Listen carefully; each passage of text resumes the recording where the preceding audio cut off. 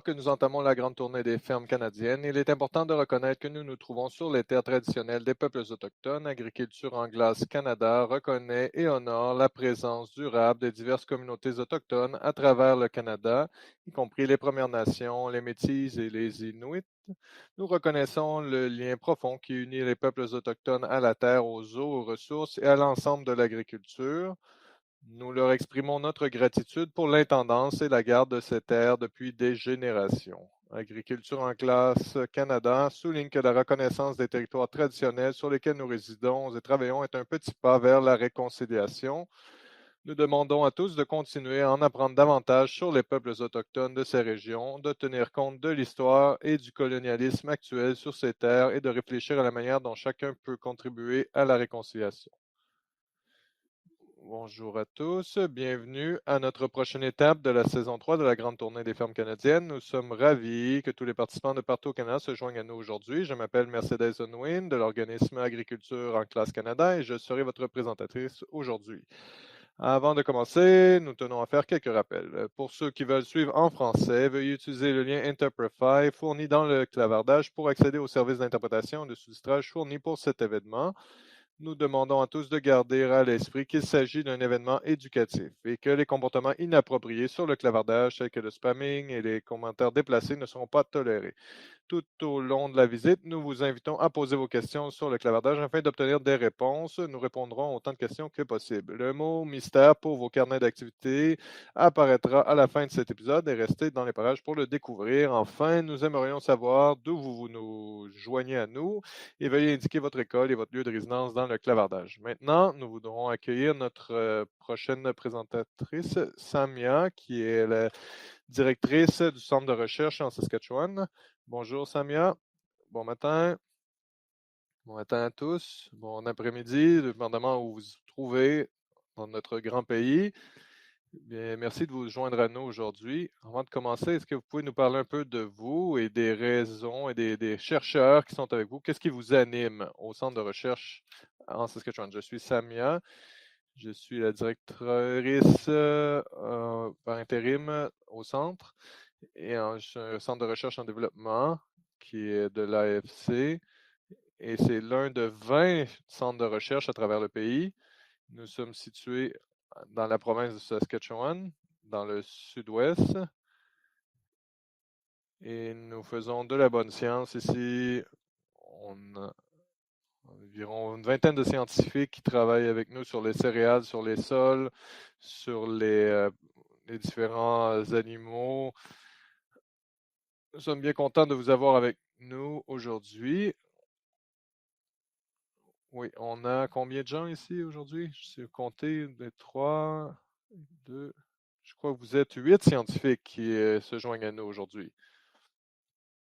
On va parler un peu de leur secteur d'expertise. Aujourd'hui, c'est un tour assez unique parce qu'on va parler de 3 sujets différents, 3 secteurs de recherche. On va parler des sols, des fourrages et des bovins. Oui, je suis ici avec mon équipe. Très bien. On va commencer. On veut prendre l'occasion d'écouter les questions des gens qui vont parler avec vos différentes équipes de recherche. On va parler, dans notre première section, nous aurons Barbara et Urban. Et Urban, si vous pouvez venir à l'écran. Bonjour à vous deux. Comment ça va? C'est génial de vous avoir avec nous aujourd'hui. Ce qu'on va faire, on va regarder un court vidéo sur les sols. Et on va apprendre un peu plus d'entre vous. On se revoit dans peu de temps. Bonjour, mon nom est Dr Mervyn Saint-Luce. Je suis un scientifique en recherche dans la fertilité des sols et les systèmes de culture. Aujourd'hui, je vais vous parler des sols sains. La plupart de la nourriture qui pousse a besoin d'un bon sol et nous allons voir les nutriments. Nous avons besoin d'oxygène et différents autres nutriments pour les plantes. Ici, le sol est important aussi pour la qualité de l'air et de l'eau, pour combattre le changement climatique, construction de ponts, de routes. Nous devons prendre soin de nos sols. C'est très important. Alors, qu'est-ce qu'un sol? Ce sont des minéraux, de la matière organique, de l'eau, des gaz et des organismes vivants. Alors oui, le sol est quelque chose de vivant. Le sol, ce n'est pas simplement de la poussière. Il a plusieurs propriétés qui peuvent être divisées en plusieurs groupes. Les propriétés physiques, chimiques, biologiques.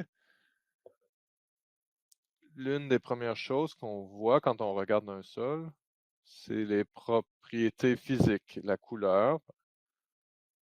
Les couleurs peuvent aller du gris clair, foncé, noir, jusqu'à rouge et même plusieurs autres couleurs.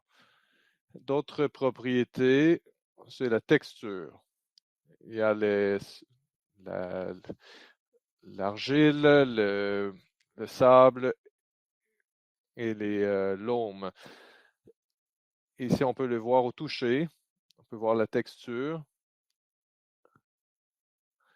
Et d'autres exemples de propriétés chimiques des sols, il y a le pH, le contenu en nutriments et le contenu en matière organique. La matière organique est en fait de matière morte. Et dans les propriétés biologiques, il y a les bactéries, les champignons et d'autres organismes vivant dans le sol. Dans mon travail, je me concentre beaucoup sur l'azote. L'azote est l'un des nutriments les plus importants pour les plantes. Et c'est contenu dans la plupart des plantes. L'azote est utilisé pour la construction des protéines, par exemple dans les fèves, dans les légumineuses, dans les poissons,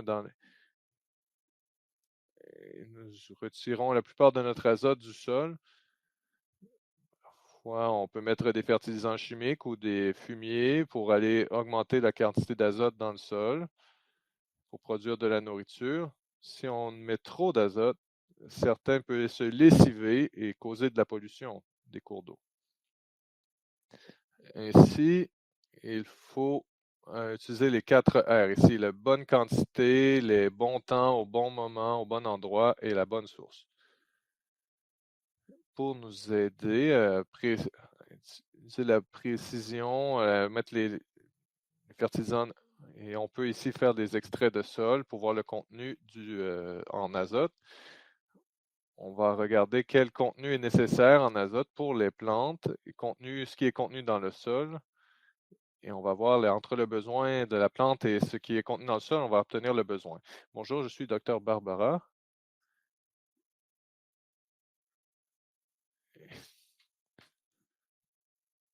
C'est complètement inaudible, l'interprète s'excuse. Le pH mesure l'activité des ions hydrogène et les pH vont de 1 à 14, de l'acide à basique. Et nous avons l'eau au pH neutre à 7. Par exemple, les citrons sont assez acides, on trouve entre pH 1 à 3 et 4. Et nous avons aussi les produits comme la petite vache qui sont plutôt basiques, qui sont dans les pH de 11 à 14. Et si on parle de sol, qui sont nécessaires pour les plantes, le pH est un paramètre très important pour les plantes. Une chose qui est très importante pour la biologie, certaines plantes ont besoin de pH très spécifiques. Ici, on peut voir les différents pH, le niveau de phosphore disponible dans le sol, dépendamment des pH. Et dépendant quand le pH, ici, on a le calcium, le magnésium. Maintenant, si on rajoute un peu d'eau dans mon mélange ici, et on le mélange bien, on va pouvoir prendre une mesure de pH avec mon appareil ici. Et on rajoute de l'eau dans le sol.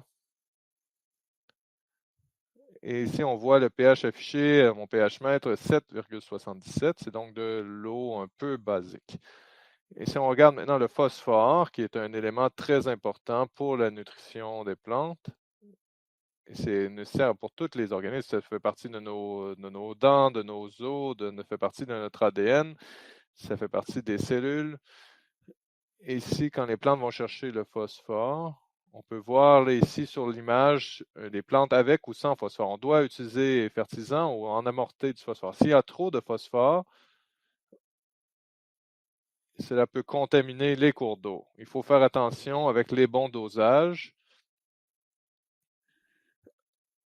Et des choses que nous faisons, nous extrayons le sol, on le met dans ces tubes, on rajoute de l'eau, on le brasse et on le filtre. Et ensuite, on le mesure pour le niveau de phosphore. Et si la couleur correspond ici avec mes indicateurs, plus c'est bleu, plus il y a du phosphore. Et ce qu'on veut voir ici, c'est regarder, faire correspondre la couleur de mon sol avec les différentes couleurs, les niveaux de phosphore. Très bien, c'était très intéressant d'apprendre à propos des sols et de ce que vous faites.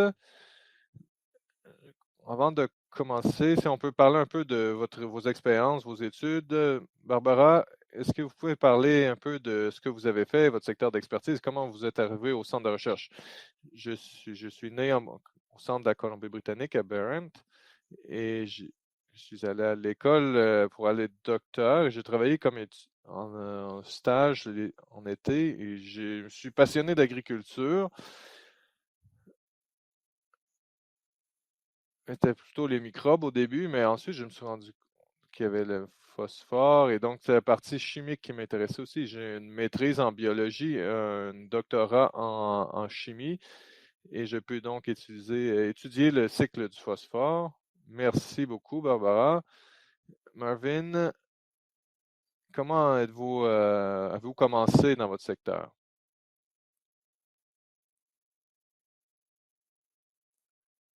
Oh, désolé, on ne vous entend pas. Vous êtes peut-être sur silencieux. Des petits enjeux techniques.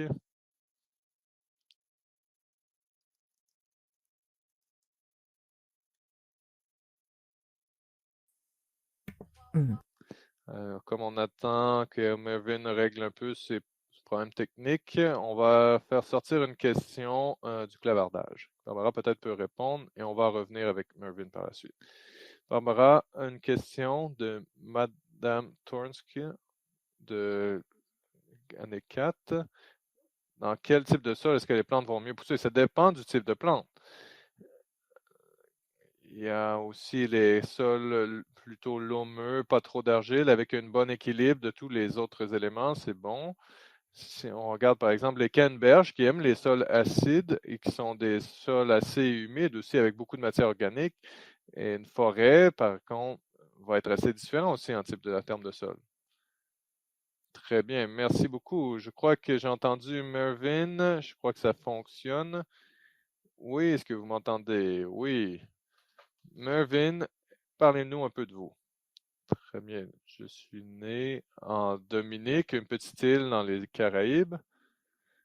Et je vous dirais que l'agriculture n'était pas mon premier choix à l'époque. Je voulais être un biologiste marin, comme je venais d'une île. Mais après, j'ai commencé à travailler avec ma mère, mes grands-parents, pratiquer l'agriculture. Ça m'a aiguisé mon intérêt et quand je regardais comment est-ce que les plantes poussent et l'importance des sols. C'est comme ça que mon intérêt a débuté. Ah, fantastique. Ça fait plaisir d'en savoir plus par rapport à votre profil. Alors, on a beaucoup de questions qui nous parviennent de la part des élèves qui veulent en savoir plus par rapport au sol. Donc, on va prendre quelques-unes de leurs questions. Alors, notre prochaine question qui nous vient donc de Maxen. Il voudrait savoir pourquoi les sols sont de couleurs différentes.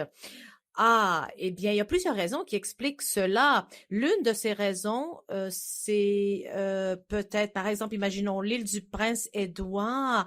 Eh bien, le sol est en fait rouge, de couleur rouge, en raison de la présence de fer dans le sol.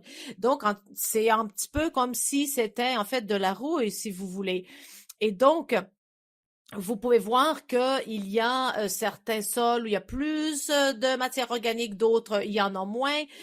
Par exemple, il y a des sols où il y a du soufre, il y en a d'autres où il y a de la biomasse qui entre dans la composition du sol dans les prairies. Eh bien, les couleurs des sols vont varier selon les taux de précipitation et ça va aller d'un jaunâtre jusqu'à une couleur brune. Donc, on peut dire que c'est lié aussi à la quantité d'arbres qui est présent, ainsi qu'à la quantité de précipitations. Ah, il y a tellement de choses encore à apprendre par rapport au sol. Alors, prenons encore une autre question. Alors, Gordon aimerait savoir combien est-ce qu'il y a de types de sol? Oh, eh bien, d'innombrables types. Je pense qu'on a 12 classifications, 12 catégories, mais même parmi ces 12 catégories, il existe des sous-groupes. Nous avons même des sols tropicaux. Et il y a des endroits tels que dans les tropiques, en Afrique par exemple, eh bien, il y a aussi toute une série de différents types de sols. Donc, il existe énormément de différents types de sols. Ah, c'est fantastique. Eh bien, une autre question, on va prendre une dernière question par rapport au sol ici, à notre équipe d'experts en sol. Alors, Ben se demande pourquoi certaines terres qu'il achète commercialisées, eh bien, a des petites taches blanches. Eh bien, ça peut être dû à plusieurs raisons. Ça peut être, par exemple, des mélanges, ça peut être de la tourbe, ça peut être plusieurs choses. Ah ben, c'est une excellente question. Merci beaucoup pour ça. Alors, on va maintenant vous dire au revoir à tous les deux. Merci beaucoup pour votre temps. Et nous allons maintenant passer à notre prochain invité, Sean, et Kilou aussi, qui vont maintenant nous parler, en fait, eh bien, de fourrage et de bétail. Merci de vous joindre à nous. Eh bien, nous allons donc plonger dans le vif du sujet d'une vidéo et ensuite, on va vous demander de nous parler de votre profil. Et après, on va prendre des questions dans quelques instants. Bonjour, je m'appelle Dr. Sean. Et donc, il s'agit ici de plantes sauvages. Et moi, en fait, je travaille pour faire en sorte qu'il soit plus facile de travailler donc avec ces plantes. On parle de l'intégration de plantes natives. Alors, il y a différentes plantes aussi. C'est comme quand on mélange des crayons de différentes couleurs. Et quand on les mélange, ces couleurs, eh bien, on peut créer de nouvelles couleurs. Eh bien, c'est la même chose avec les plantes. On peut créer de nouveaux types de plantes ou nouvelles espèces de plantes. Alors, peut-être qu'il y a des plantes qui ne nécessitent pas beaucoup d'eau. Et donc, il faut bien choisir les parents, si vous voulez, de la plante. C'est comme ça que fonctionne, en fait, l'hybridation des plantes. Alors, on choisit les parents, en quelque sorte, et ensuite, on mélange.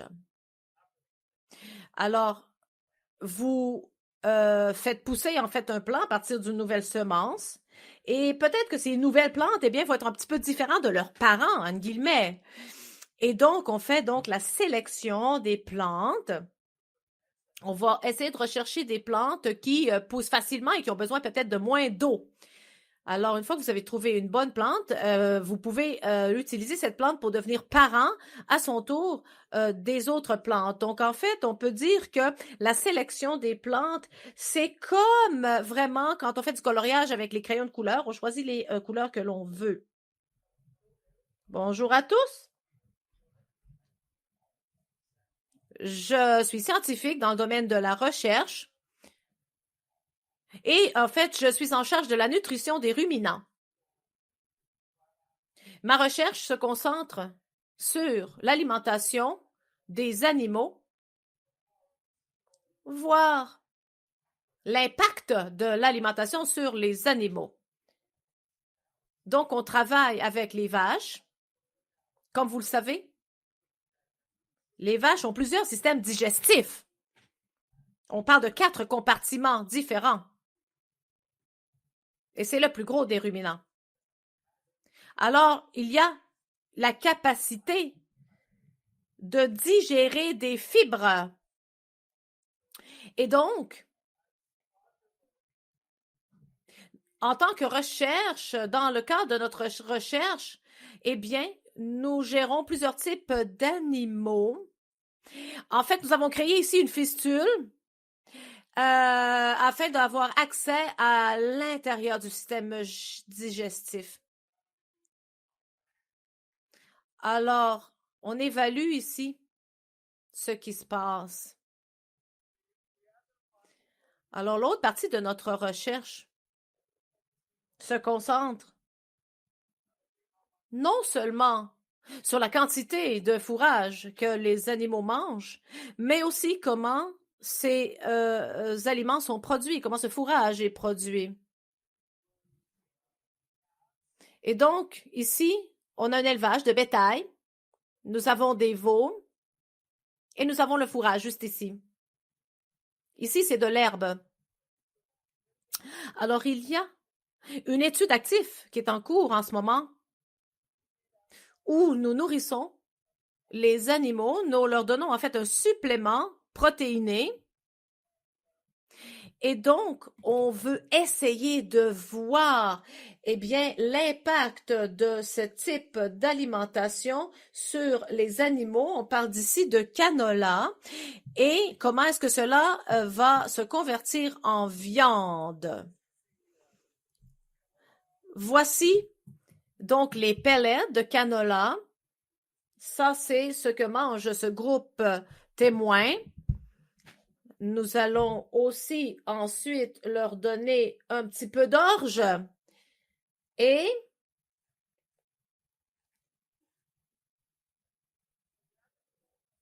l'autre partie donc de notre recherche, c'est l'étude de l'impact de l'animal. Nous utilisons donc différentes technologies afin d'étudier l'impact des animaux sur l'environnement en utilisant donc ce système Green Feed. Comme vous le savez, le méthane est un gaz à effet de serre qui est émis par les vaches, par le bétail, par les bovins finalement. Et donc, ce sont des gaz produits par les bovins. Alors, il y a une machine qui capte le méthane. Et on va ici garder les animaux pendant au moins 3 minutes pour obtenir ces données. On utilise des veaux aussi parce que vous pouvez voir qu'il y a ici, par exemple, des petits veaux qui n'ont qu'1 mois. Et vous pouvez voir. Et donc, nous avons ici cet échantillon de veaux. Alors ça, c'est fantastique. Merci d'avoir partagé autant d'informations avec donc vos domaines de recherche. Alors avant de prendre des questions, je me demandais tout simplement si vous pouviez nous en dire plus un petit peu par rapport à vous et qu'est-ce qui vous a amené donc à choisir en fait ce domaine d'expertise et comment est-ce que vous en êtes venu à travailler dans ce centre de recherche. Eh bien, moi, j'ai grandi à Winnipeg. Quand je suis allée à l'université, j'ai commencé à prendre plusieurs cours pour voir ce que je voulais étudier, ce qui m'intéressait. Et j'ai étudié l'anthropologie, biologie. Et dans mes cours d'anthropologie, j'ai appris par rapport à la recherche au sujet des plantes, notamment des plantes domestiquées. Et c'est ça qui a vraiment en fait éveillé mon intérêt, si vous voulez, dans le domaine de la sélection des plantes, de l'étude de la sélection des plantes et de la génétique. Et voilà, c'est comme ça que j'ai rejoint ce centre de recherche. Fantastique. Donc, c'est un parcours très intéressant, effectivement. Et vous, Akilou, qu'est-ce qui vous a en fait conduit à être là où vous êtes aujourd'hui? Eh bien, moi, j'ai grandi en Éthiopie, en Afrique, dans une petite exploitation agricole. J'ai toujours travaillé avec des animaux depuis mon plus jeune âge et ensuite j'ai obtenu mon diplôme là-bas. Je suis venue au Canada pour faire ma maîtrise dans le domaine de l'alimentation alimentation animale, pardon, et un doctorat dans le domaine de systèmes d'analyse et de modélisation. Donc, j'ai toujours travaillé avec des animaux. L'intérêt pour moi, c'était vraiment de travailler avec des animaux. Ah, c'est très intéressant de voir comment vous avez en fait finalement eu des parcours différents, mais ça vous a amené au même endroit. Peu importe votre profil, vous pouvez toujours trouver votre place dans le domaine de l'agriculture, ça c'est vrai. Alors, on va prendre quelques questions de la part des élèves. Première question. Alors, Wyatt se demandait si les vaches qui, en fait, avaient des trous à l'intérieur d'eux, c'est-à-dire des fistules, eh bien, vont être aussi en santé que les autres et pendant combien de temps est-ce qu'il reste avec cette fistule? Ce sont des animaux d'expérimentation, ce sont des animaux qui savent faire des expériences. Nous avons 4 animaux qui, en fait, servent à faire des expériences en laboratoire. Le fait d'avoir cette fistule n'impacte pas l'animal. Les animaux sont donc des animaux pour faire des expériences. Nous avons donc accès à l'intérieur de ces compartiments digestifs. Ces ruminants, comme vous le savez, fonctionnent comme les autres animaux. Donc, nous les maintenons pendant toute leur période de croissance pour faire cette expérience. Et une autre chose à ajouter, en tant que scientifique, vous devez suivre toutes sortes d'attentes, notamment de la part du gouvernement et aussi de la part de tous les organes nationaux dont vous devez respecter en fait les critères et les attentes. Absolument. Il y a en fait un comité en charge des soins animaliers et cela s'applique au niveau fédéral ainsi que provincial ou local, si vous voulez. Il y a donc toute une série de lignes directrices que nous devons suivre. Merci de nous en avoir dit autant. Et en tant que scientifique, bien sûr, vous devez respecter les critères, notamment de santé aussi, lorsque vous faites ces expériences. Alors, prochaine question. Est-ce que vous créez de nouvelles plantes pour que les humains puissent les manger, par exemple? Est-ce que vous combinez différents types de baies ou de fruits? Eh bien, ça, c'est un processus qui implique 2 espèces de plantes différentes, donc 2 espèces de baies différentes, de fruits différentes. On peut effectivement créer de nouvelles espèces de plantes si ces plantes sont compatibles. Donc, oui, tout à fait, nous travaillons sur la création de nouveaux types d'aliments pour les humains. On le fait pour les animaux, mais on le fait également pour les humains. Nous travaillons sur toute une variété d'espèces. Fantastique. Excellente question, d'ailleurs. Alors, on va prendre une autre question, juste pour nous assurer qu'on va avoir le temps de prendre toutes les questions. Alors, notre dernière question pour ce sujet. Charlotte aimerait savoir, depuis combien de temps est-ce que vous étudiez dans le domaine de l'agriculture ou de l'élevage? Eh bien, moi, j'ai commencé en 2009. Ça fait donc une quinzaine d'années. Et moi, j'ai commencé en 2003. Donc, ça fait quand même un moment. Absolument, et je suis sûre que vous voulez encore accomplir beaucoup d'autres choses pendant les années à venir. Alors, il me reste maintenant à vous remercier.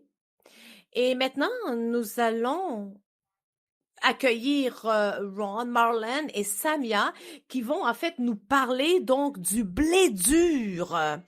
Et donc, avant de voir notre vidéo, nous allons donc prendre une toute petite pause commerciale de remue-ménage. Et on va ensuite commencer à parler du blé dur. Donc, on se retrouve dans quelques instants.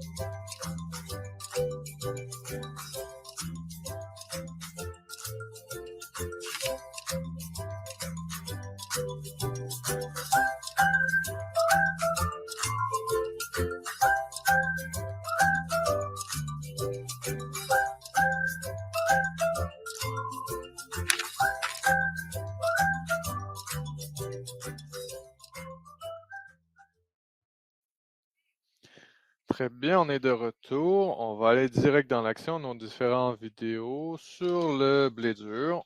Et on a on va avoir quelques questions aussi sur le blé. Bonjour à tous.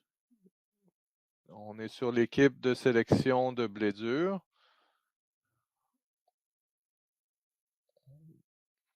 nous allons vous parler de la façon qu'on sélectionne nos plantes au champ. Je suis le docteur Yu-Feng Wan.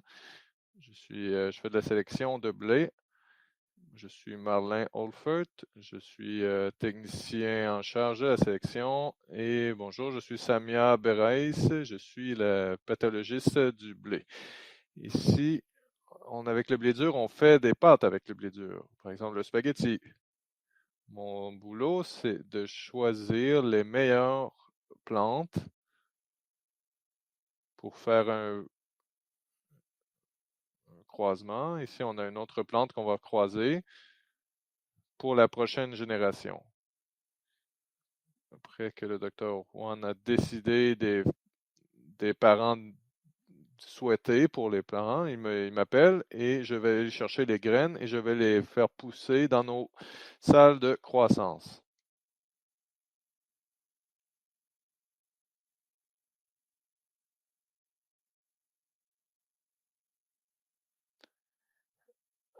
Après que les plantes ressortent des salles de croissance et qu'ils atteignent la bonne croissance, on va prendre les plantes femelles qui est dans ce petit sac ici. On retire toute la partie mâle de la plante pour vraiment la transformer en femelle. Et au bon moment, on va introduire une autre tête qui va être la partie mâle, la plante mâle, et la partie mâle va être en contact avec la partie femelle pour développer de nouvelles graines, une nouvelle ligne génétique. Après que le croisement soit fait entre ces deux parents et que la plante produise les graines que nous souhaitons, ces graines sont amenées dans nos serres et on les met ensuite, on les prépare pour aller au champ par la suite. Après que les graines soient maturisées dans les salles de croissance, ils sont amenés ici pour être renforcés avant d'aller au champ. Même avec la première génération, on sélectionne aussi encore les plantes avec les caractéristiques souhaitées, comme on en a parlé plus tôt. Celles qui ne sont pas bonnes, on les retire. Ce qui reste ici, c'est vraiment ce qu'on recherche. Et moi, je m'occupe des pathologies, des différentes maladies. Je suis un peu le docteur pour le blé. Je m'assure que le blé n'est pas malade, qu'il n'y a pas de maladie. Ce qu'on peut voir ici, quand on développe nos nouvelles variétés, on ne peut pas avoir un blé qui est comme ça, qui a des maladies. Ici, on a de l'ergot, un champignon. On veut s'assurer qu'il n'y en ait pas dans nos nouvelles variétés. Parce que ces maladies vont rendre le produit final, tel que le spaghetti, qui ne sera pas santé, ne pourra pas être comestible pour l'humain. Ici en Saskatchewan, le blé et les variétés qu'on développe couvrent pratiquement 50% du marché international. Avec ce programme, de ce centre de recherche, vous aurez environ. Donc, peu importe votre spaghetti, ça doit venir de notre programme de génétique. Si c'est bon, c'est grâce à nous, parce qu'on travaille à ce que ça paraisse bien et qu'il soit santé, qu'il n'y ait pas de maladie dans votre blé.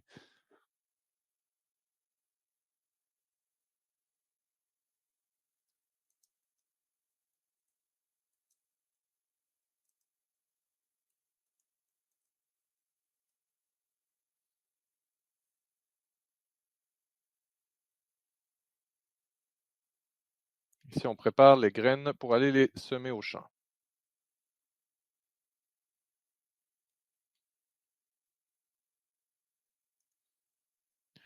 Et là, c'est le temps d'aller faire la plantation.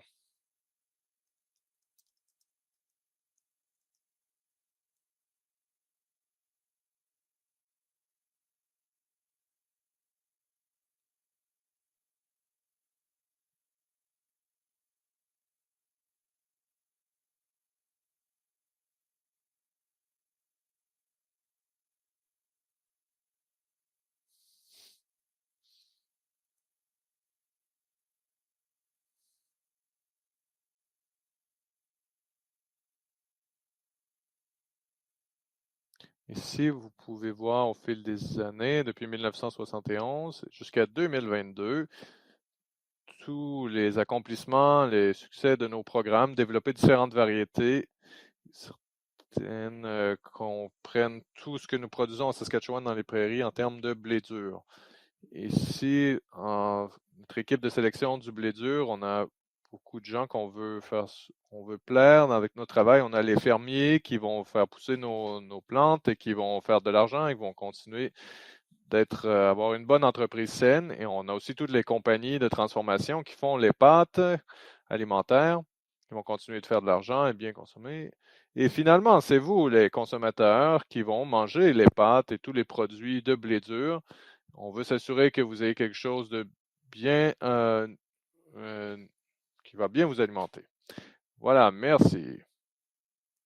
Toute l'équipe de blé dur ici dans sa serre. Wow!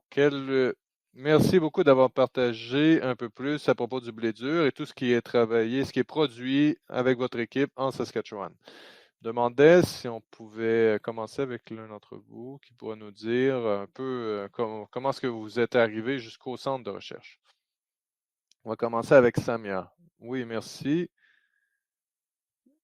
Je suis né en Tunisie, en Afrique du Nord. Et qu'est-ce qui m'a fait travailler dans le blé dur et les pathologies? C'est parce que j'aime beaucoup les pâtes. J'aime je voulais voir le blé. Je voulais m'assurer qu'il n'y avait pas de maladie dans le blé pour qu'on fasse plus de pâtes.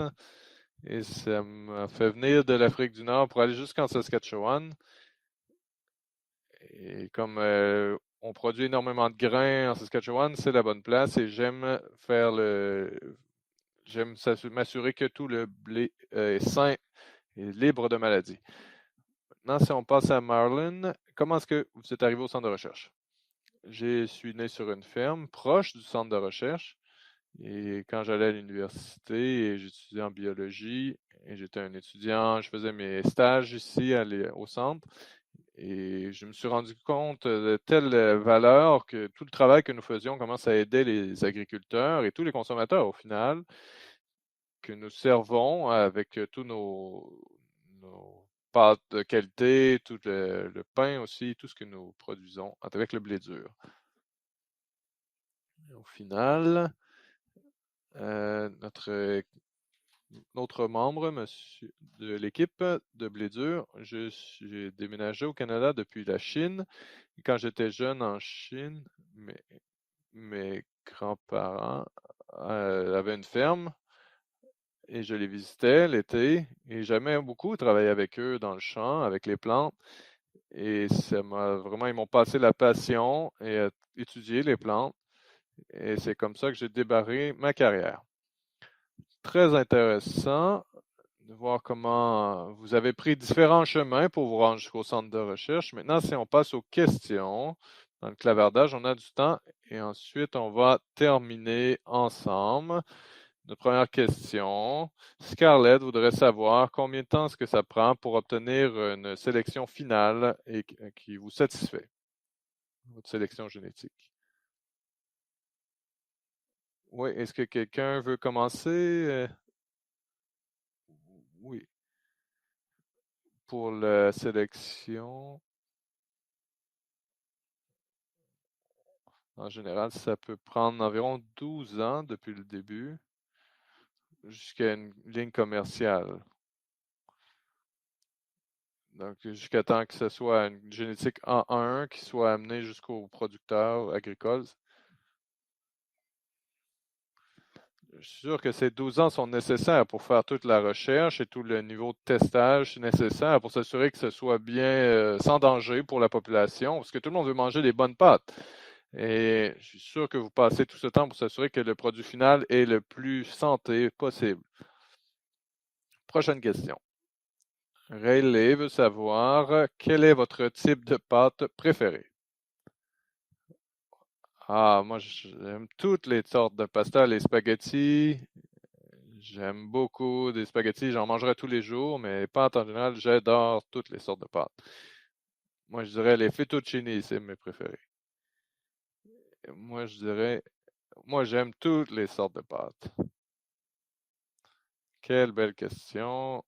Il y en a tellement de variétés et le fait qu'on fait pousser du super blé dur, ça nous permet d'avoir une grande variété de pâtes. Dernière question. Eric se demande si on fait pousser des cultures entières, de nouvelles plantes que vous faites pousser ou seulement de petites quantités? Pour débuter, on n'a pas beaucoup de semences disponibles. Donc, on doit faire croître la population. Et comme on en fait pousser plus, on a plus de graines et ensuite on les amène chez les producteurs qui vont faire pousser dans des plus grands champs, des plus grandes opérations. On commence petit et ça prend de l'expansion comme on a de plus en plus de graines disponibles. Très bien. C'est aussi une très bonne question. On est vraiment à la fin de notre épisode. Samia, est-ce qu'il y a un mot de la fin que vous voulez partager au nom de votre équipe et on va ramener tout le monde ensemble? Oui, merci beaucoup d'avoir organisé tout ça, notre équipe du blé et toutes les autres équipes du centre de recherche. On fait de la bonne science, on contribue à renforcer la production agricole, la production de nutriments, d'alimentation bien saine pour nos consommateurs. On veut saluer tous les étudiants qui sont joints à nous de partout au Canada. On espère que nous aurons tous les élèves ici un jour ou l'autre qui vont nous visiter nos champs, notre centre de recherche et voir comment est-ce qu'on fait les choses et visiter notre centre. Merci beaucoup pour cet épisode ensemble. Oui, c'était génial de tous vous avoir parce que vous avez vraiment des secteurs très pointus et très intéressants de recherche. On a bien appris avec vous tous aujourd'hui. Avant de, disons, terminer, je voudrais montrer une dernière vidéo qui montre l'extérieur de votre centre de recherche. Vous pouvez voir la localisation d'où votre travail se fait. On va montrer la dernière vidéo et on va terminer là-dessus. À quoi a l'air votre centre de recherche?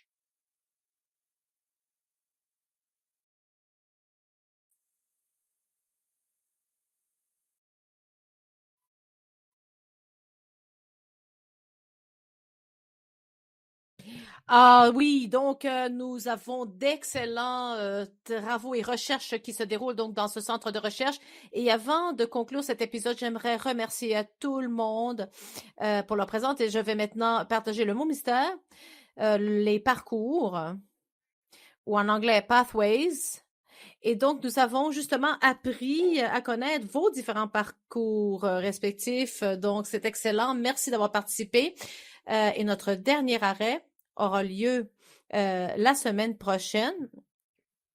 Nous allons visiter donc un élevage de grillons ou de criquets le 30 mai à 11h30, heure de l'Est. Merci, au revoir.